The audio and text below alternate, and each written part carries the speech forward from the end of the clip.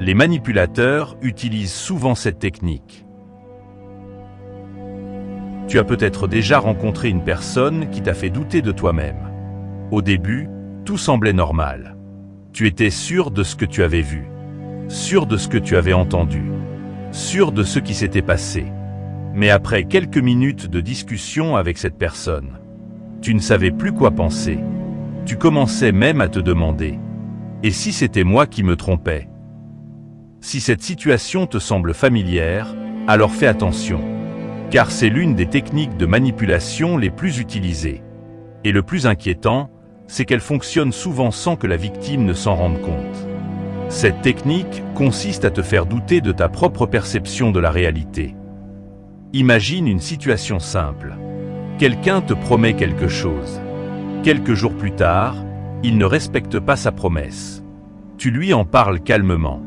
Et au lieu de reconnaître les faits, il répond « Je n'ai jamais dit ça ». Ça te surprend. Tu es pourtant certain de l'avoir entendu. Mais la personne insiste, avec assurance, avec conviction, et parfois même avec un sourire. Petit à petit, le doute s'installe. Tu commences à te demander si tu as mal compris, si tu as mal entendu, si tu exagères peut-être. Et c'est exactement ce que recherche un manipulateur. Il ne cherche pas seulement à éviter ses responsabilités. Il cherche à affaiblir ta confiance en ton propre jugement. Car une personne qui doute constamment d'elle-même devient plus facile à contrôler. Mais cette technique ne s'arrête pas là.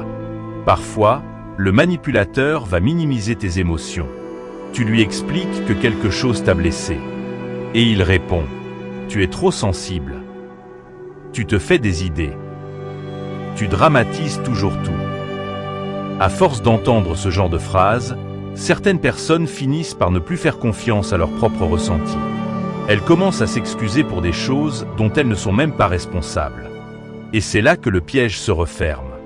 Car plus tu doutes de toi-même, plus tu dépends de la version des faits que l'autre personne te présente.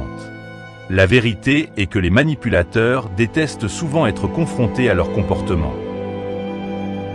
Alors, au lieu de changer leur attitude, ils essaient parfois de modifier ta perception de la réalité.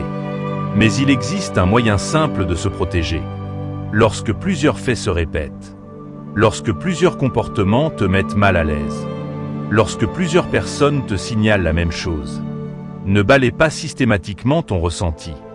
Écoute-le, car ton intuition n'a pas toujours raison, mais elle n'a pas toujours tort non plus. Et bien souvent, les premiers signaux d'alerte apparaissent longtemps avant que l'on réalise que l'on est manipulé. Maintenant, j'aimerais te poser une question. As-tu déjà rencontré une personne qui te faisait constamment douter de ce que tu voyais ou ressentais? Quel a été le premier signe qui t'a fait comprendre que quelque chose n'était pas normal? Partage ton expérience dans les commentaires. Tu pourrais aider quelqu'un qui vit actuellement la même situation sans même s'en rendre compte. Et si tu veux comprendre les comportements humains, les mécanismes psychologiques cachés et les vérités que peu de personnes remarquent, abonne-toi et reviens pour la prochaine vidéo. Car nous parlerons d'un sujet qui risque de te faire réfléchir. Pourquoi certaines personnes te respectent davantage lorsque tu commences à t'éloigner ?